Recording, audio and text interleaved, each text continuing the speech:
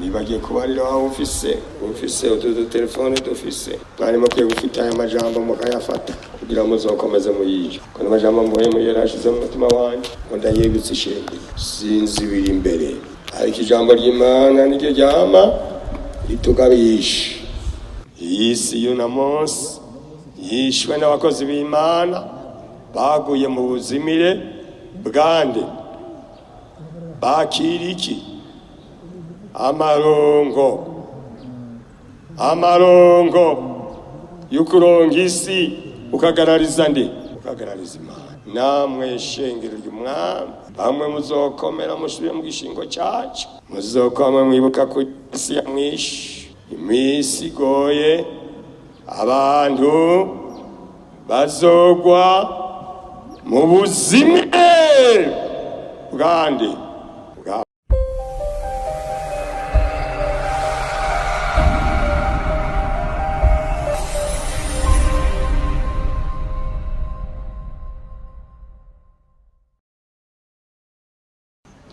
Ndabandikiye abahamagawe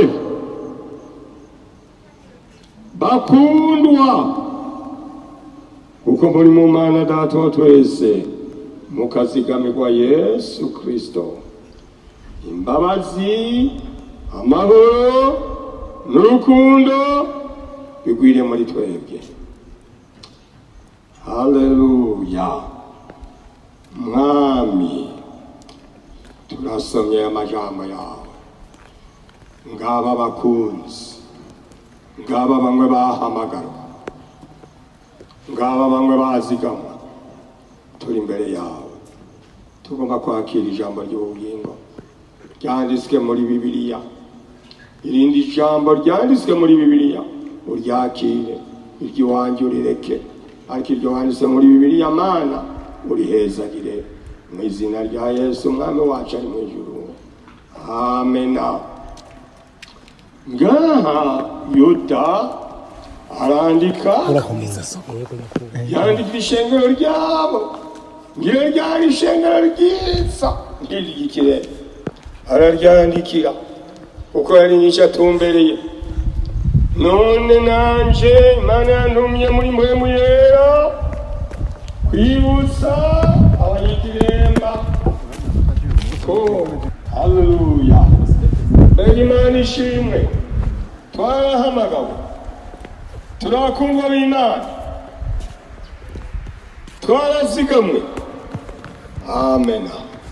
Imana ni niki tugomba ko ngiki imbabazi amahoro n'urukundo bigire gute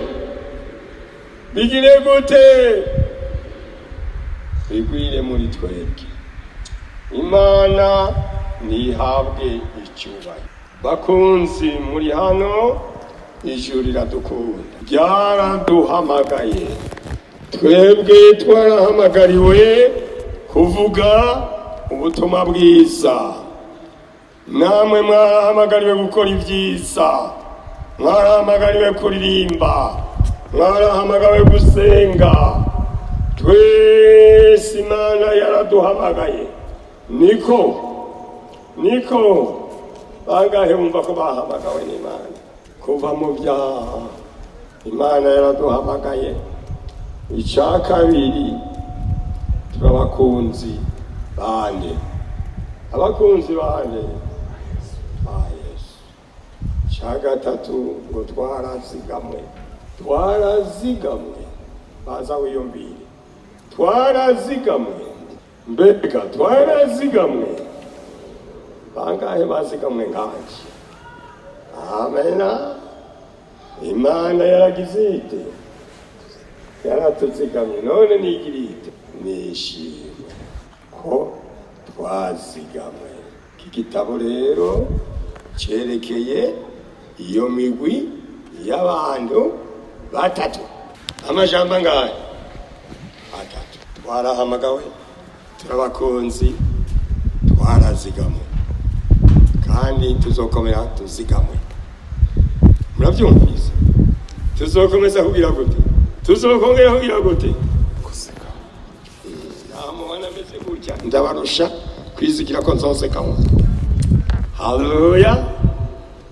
Twarazigamwe. None tugiye gukomeza kugira gute?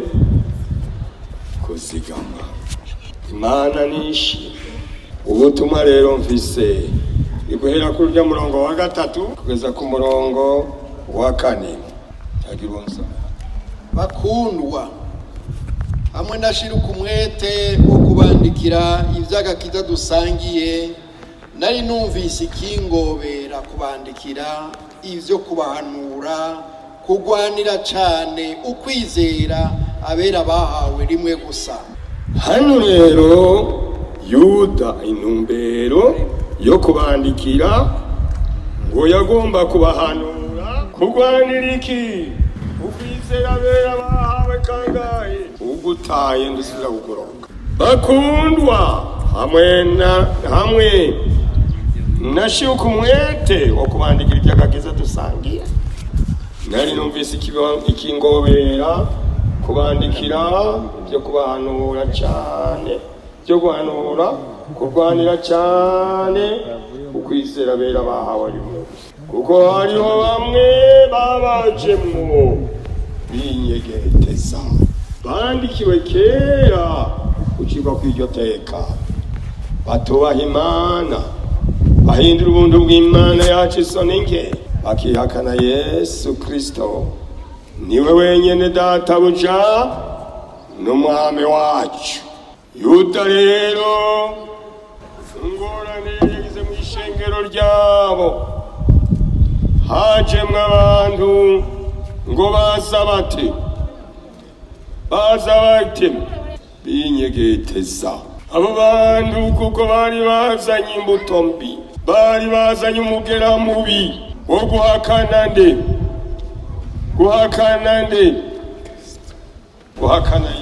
Ajya amajambo niyo ngomba kugusoma cyane kuko niyo umwami yandungikanye. Kubahanura kurwanira ukwizera abera bawe, ngo kuko muri mwebwe harimo bamwe baje mu binyegeteza, bandikiwe kera gucirwa kw'iki iteka, uko batubaha batubaha Imana, batubaha Yesu Kristo. Haleluya. Abo bantu bahakana Yesu kandi ari we wenyene databuja n'umwami wacu, barababaje Yuda, bajemwo mw'ishengero binyegeje kugira ngo batere imbuto mbi. Aca rero arandika amajambo yo kubahanura, amajambo akomeye. Niyo rero ayo majambo yasomye ucumenya ko yashirutse umwete rwose gusoma Bibiliya, naho yanditse mu gice kimwe gusa. Vyagiye biba ku bantu b'Imana baronse Imana ariko ntibahagume. Muravyumvise? Yabandikiye kugira ngo bamenyeshe abagiye bizera Imana ntibagume muri yo. Umurongo wa 5 nagomba kubibutsa naho musanzwe mubizi, naho musanzwe byose mubizi, yuko umwami Imana imaze kubakirisha bwa bwoko, kubakura mu bihugu cya Egiputa, hanyuma yahoneje abatagize gute abatize. Arashishikara atanga kandi karorero k'abamarayika, n'abamarayika batagumye mu bukuru bwabo, ariko bataye ahantu habo ibarindiriza kuzoshika kw'iteka yo ku munsi uhambaye.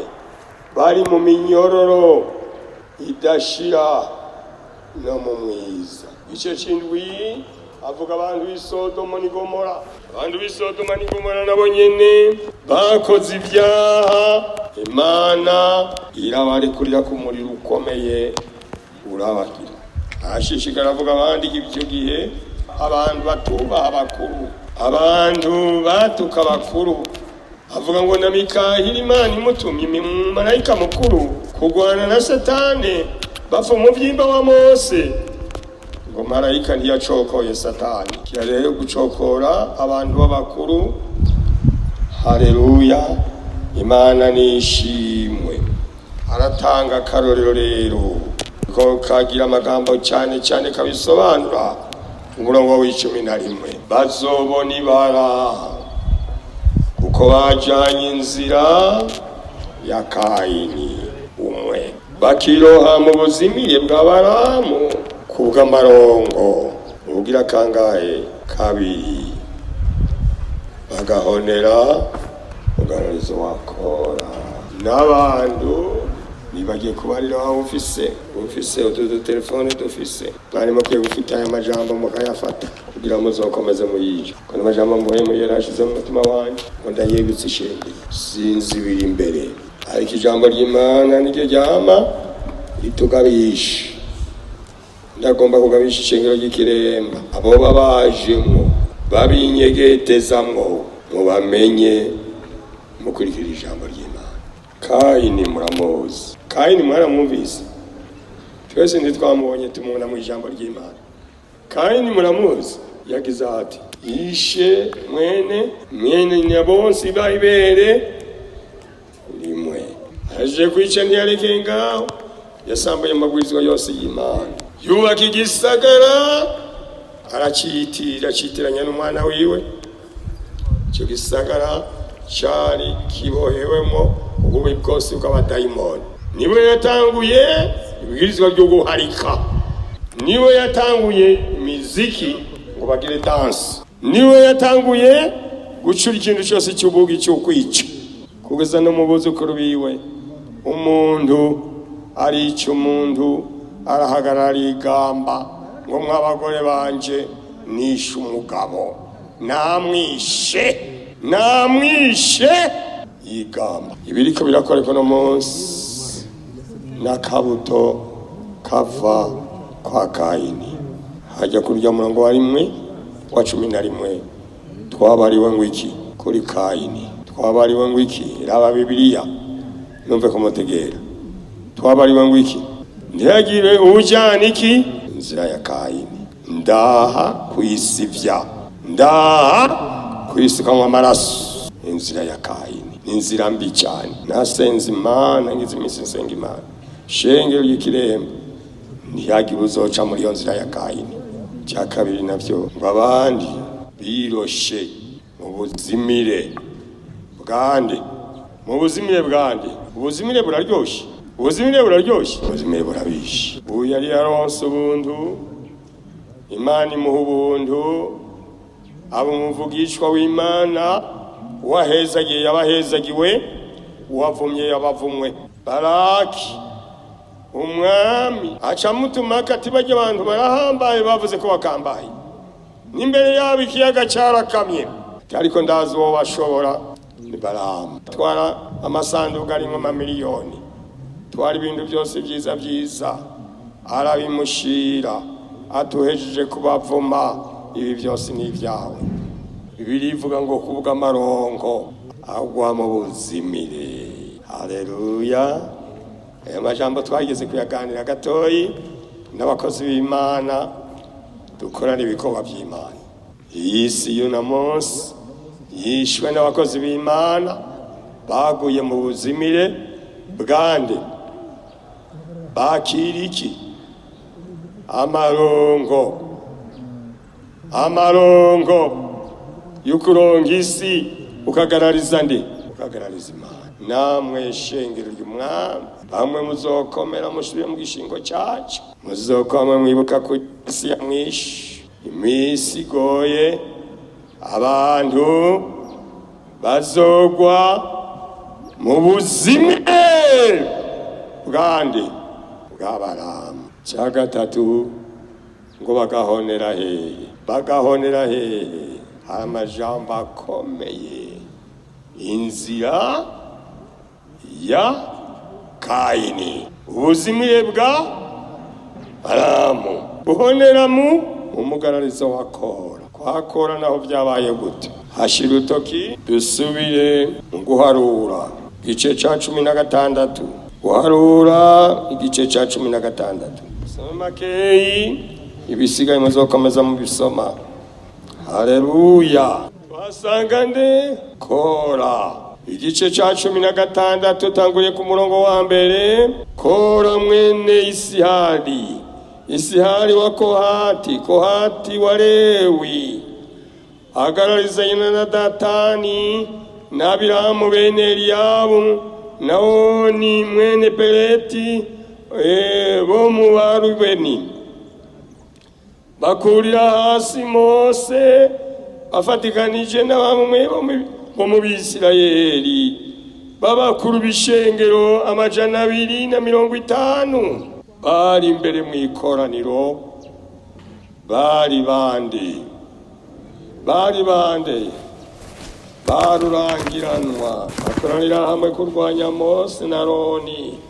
Baramubarira bati vyanyu biratunaniye, erega ishengero ryose ni ryera. Iyo bava bakagera kandi uhora ari muri twebwe, none nihituma mwishira hejuru mw'ikoraniro ry'uhoraho. Mose avyumvise arapfukama arunama abwira Kora nabo bifatikanije bose ateje mu gatondo uhoraho azokwerekana bibo baribo. Sinosoma vyose ariko ngo harya umuntu uhoraho azotoranya ni wazoba wera.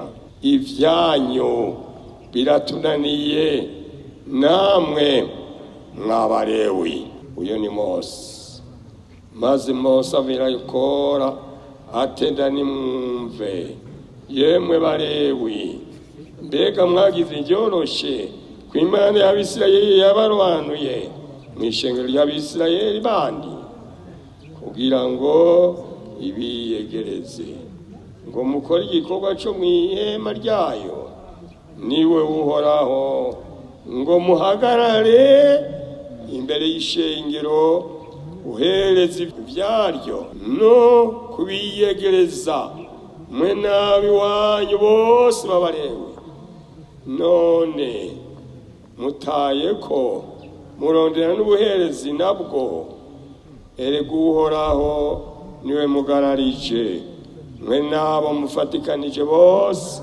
Nawe Aroni niki aho mumwidodombera.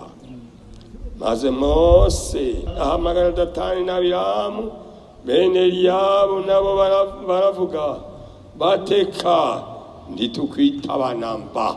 Mbega yabigize icyoroshe kutukura mu gihugu cya Egiputa gitemba amata n'ubuki ngo adutsinde mu bugaragwa, kandi bitaye ko akigira umutware wacu, kandi ntiyatujyanye muri cya gihugu kindi gitemba amata n'ubuki nyene, canke waduhe amashamvu y'amatongo y'izahabu. Mbega agomba kunogora aba bantu amaso, eka ntitumwitaba namba. Baragarariza. Iherezo ryabaye ribi. Umurongo wa 34 hahavuye abantu ifamiye 250 bacyo kwabo bagiye ukwabo. Mose avuga ijambo rikomeye 31 agiheza kuvuga ayo majambo yose, aho nyene bakoraniye isi iratigita irasama ibamirana nabo mu ngo n'abantu bose bakora n'ibintu byabo byose, nuko bona ibyabo byose bimanuka ikuzimu. Isi ibarengako baranduka barazimangana muri iryo koraniro. Abisirayeli bose babakikije barahunga bumvise ugutaka kwabo. Habya iherezo ryabaye bantu bo muri iyi misi.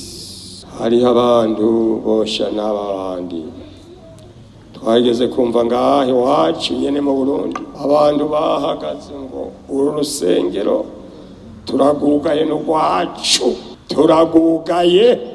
Mbega urusengero n'urw'iwanje ngaha, n'urw'iwanje, n'urw'abakozi b'Imana bagenzi banje, n'urwandi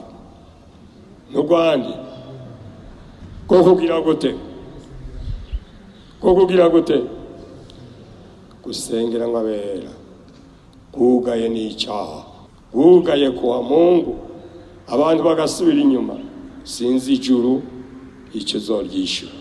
Aba amererwa nabi niho rero iri jambo rinteye ubwoba kurivuga ngo bagahonera mu mugararizo wandi bakora ibi mu minsi y'ejo bizoza, ariko muze muvyibuke nta gihano nabonye kingana nk'uko umuntu yokugara ingoro y'Imana, nta gihano nabonye kingana nyene wogarariza umukozi w'Imana, n'ibindi bibi cyane. Haleluya. Reka nsubire hariya mpave ndangiza, simvuga byinshi. Ndasubiye muri Yuda cya gice cya mbere. Yuda yibutsa amazina atatu yanezerwa batawitwa kandi urwenya cyane ukwizera abera hafi ubutaga cyose ubira mu bishoro uraba abantu batatu turabona yagiruca mu nzira yake yagiruca mu nzira yake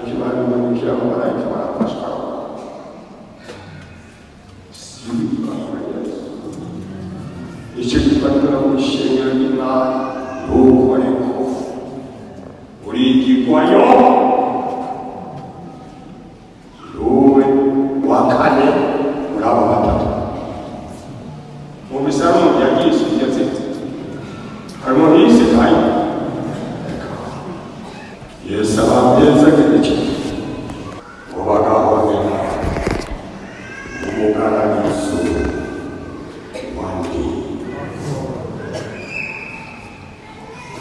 cyane cyane ijambo nanjye ngo hari urubonera umurarizo